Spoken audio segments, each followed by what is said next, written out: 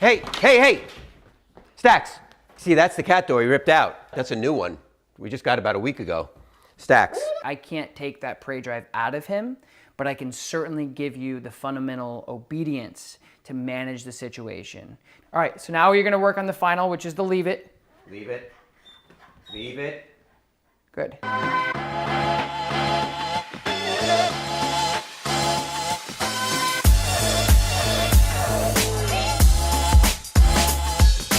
Hello everybody, and welcome back to the coolest dog training channel right here on YouTube. I'm Tom Davis, America's Canine Educator. Thank you so much for joining me here today. Today we have a case that we hear about a lot. We have a dog that is chasing a cat. It's a new addition to the family, and obviously it's creating a ton of stress within the household. So as you guys know, I've done a lot of these cat and dog integrations, and we've been really successful in the past, and I'm hoping we can do that here today. As you know, we don't have a ton of cats running around the Upstate Canine Academy, so we're doing it in-home. We're about to go in and meet the dog and the owners and see what we can do for them. Hello. Hey, come on in. I'm Tom. Fred. Nice to meet you. Nice to meet you too. Thanks for coming. Yeah, no problem. All right. We have a challenge here. Yeah, I heard. So let's see what we can do. Let's go have a seat actually, and we'll talk about what's going on. Great, come on in.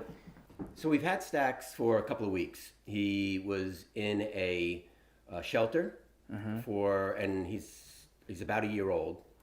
Great dog. We love him. He's been a handful. But when it comes to the cat, because we've had Tony, the cat, for a while now. And how old is Tony? Tony's probably about 7 years old, 8 years old. Oh, see. So we've had him for a while. He knows the house. He's comfortable in the house.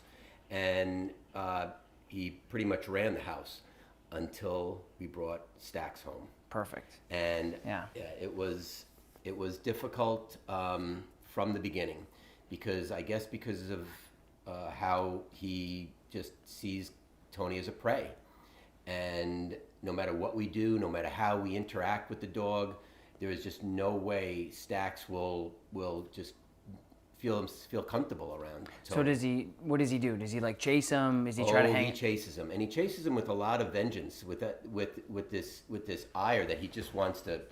I don't think he would, because he has cornered him a couple of times. Yeah. Or once actually, that he kind of got a little out of hand, and he didn't go after him and try to kill him. You just think it's a game. I'm hoping it was a game, and I hope it is a game, but it's gotten to the point where it's a bit scary, because we just don't want anything to happen. We're trying to get the two of them to cooperate and live in the house in peace. Okay. Hey.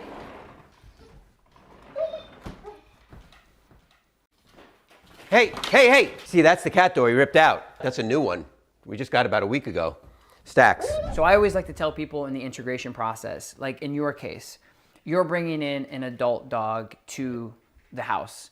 Now, if you have a puppy, this is a little different, because puppies really can't do a lot of damage. They might chase the cat around and it might be cute, but they typically, in experiences like this, they typically grow up like my dogs. They're all 100 pounds or more. Once they grow up with the animal together, then they really just have a playful relationship. When you integrate a new dog that's maybe a year or older, or 6 months or older, you have to make sure that it's safe for the cat. So making sure that you're integrating with safety precautions. So some of those things will include like baby gates. And in your case, your dog is big enough where baby gate's not gonna work. He'll jump right over that thing, blow right through it. If you have a smaller dog, you can use a baby gate. And what that does is it's like when you put a new fish into a fish tank, it takes 24 hours for them to integrate into that tank and get used to the water, if you will. So that helps a lot with the integration process. It keeps them safe. It keeps the cat feeling a little safe. They're not being chased. If your cat can jump up on things, that's a little different too. That provides them a little bit of safety. But you got to make sure that if you are getting an adult dog, especially for you guys at home, you need to make sure that when you are bringing an adult dog in, that you have those safety precautions in place. And what I'm going to do too is I'm going to throw up what an X-Pen is in the corner here on the screen, because an X-Pen is basically like, some people use them for puppy raising, where it's like a really big playpen for a baby. Yes. But you can get them up to 4 feet, and I'll link a description in below. You guys can see what that looks like on Amazon or something. But what that does is it also allows your dog to be in an area that the cat is also associated with. So it's not great for bigger dogs because it is a small area, But if your cat is really comfortable with being in spaces that are smaller as well, you can put your cat in there and just kind of integrate them that way. That way it's a really safe bet and you don't have to worry and stress so much that nothing's gonna happen to the cat. Right. So what I'm gonna do is we're gonna grab Stax, we're gonna get him in here, and I'm gonna go over some of these really key fundamental principles of obedience that really helps with this. And I think the most important thing for you as a dog owner is to realize that we can't tell a fish not to swim. And in this case, it means like I can't take that prey drive out of him, but I can certainly give you the fundamental obedience to manage the situation. To say like, hey buddy, I know what you want to do, but I have to teach you these things. And right now it doesn't sound like you guys have any structure like within what you're doing. He's kind of running the roost, yeah? He is. Like I said, if we don't take certain precautions, it's Right. going to turn into a Yeah. bad thing. So the obedience portion is not only going to help you guys with managing this dog-cat situation and helping them integrate, but it's also going to be an outstanding way for you guys to get to know each other. And it's great obedience anyway. I mean, everybody should have the control. And what you'll see also too is this will transfer to your life. You have friends over, you have family over. Right. It is cute when a dog comes up and says, hey, I love you, but it's not going to be cute when they're jumping and they're barking, they're overstimulated, they're darting out the door. You really want to make sure that everything that you do with your dog is structured, and that way you want them to be a dog, be funny and cute.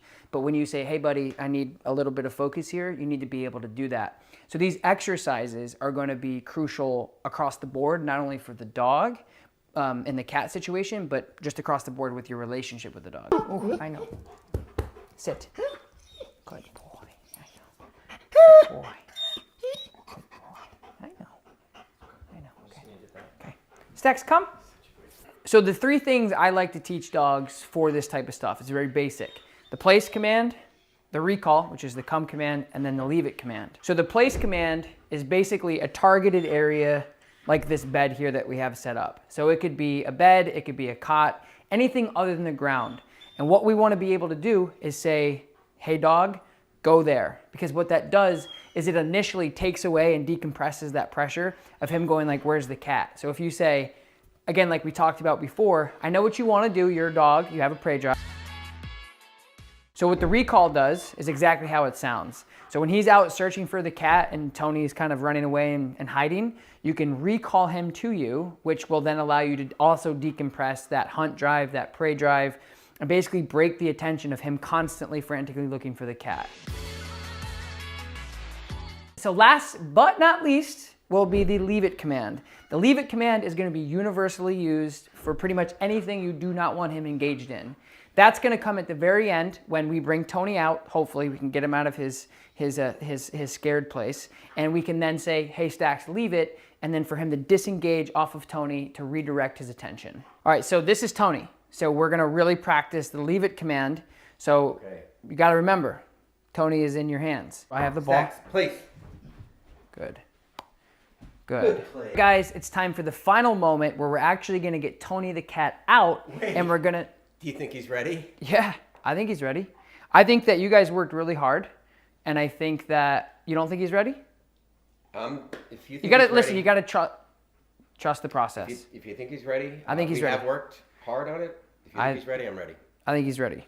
So as I was saying, we're going to get Tony the cat out, and we're going to try this out for real. Get cut up. Good. All right. So now what you're going to do is now we got the cat out. What I need you to do is you're going to... This is already better. Yeah. You're going to call him backwards, and you're going to tell him to place. So recall, walk backwards. Place. Good. Down. Stay. Good place. Good place. Stay. Stay. All right, so now you're going to work on the final, which is the leave it. Leave it. Leave it. Good. All right, Fred, so now you're going to recall him to you. Stax, come. Good. Now send him to his place. Stax, place. Oh, Good. Stax, place. Good. So now what I want you to do is... Good leave, Stax. Good leave. Leave it. Good boy. Good boy. Okay, now, Good boy. Christine, why don't you just get up and just walk that way, and he's going to follow Christine and the cat. Tell him to leave it. Leave it. Good. Let him out a little bit. Let him out a little bit. Break. Break. Good. Stop. Nope. Got to let him out, so we got to do a recall. Okay. So we'll do it again. So put him back. Stax, place. So you let him out, have him here, And we're gonna do that whole process again, okay? Stacks, break. Good. Let him go. Hold. Recall him. Stacks, come. Good, come. Stacks, place. Good. Wonderful. So see how nice that is? Wow, it's great. Yeah, so it's a little better than getting dragged to the cat door every time. Hey, hey, hey! Stacks! So those three things with the, hey, come back to me because I know you're interested. Yep. And then giving him a job of like, this is where I want you to be because Tony's got to live his life too. Yep. And then you telling him to leave it, to disengage him, to say like, okay, I won't go, will really, really help you guys in the future. Okay. And then again, what it does is it allows him to actually start associating Tony with like, hey, maybe this isn't so bad. And then eventually the goal is for them to coexist. And if not, you have the ability to manage this as long as you want to. Yeah. And it's really easy with that obedience. The whole quality of life is going to be different in this house with Tony being able to, you know, walk around right. the house, do what he has to do, and having him under control. So you're not completely out of the woods yet. There's still a lot of work that you need to do, but now you're in a situation, you have the tools to manage it, and you're going to be a lot more successful now. Instead of just having him run around and be a shepherd, now he's going to be a shepherd with structure and control. Yes, I can see it. I can see it. I can see we have the tools. There's no doubt about it, Tom. Thank you. Yeah, really. You're welcome. Thank you guys so very much for joining me here today on my channel. Don't forget, like this video, subscribe to my channel, and leave a comment down below and let me know what you guys thought of this video. Peace.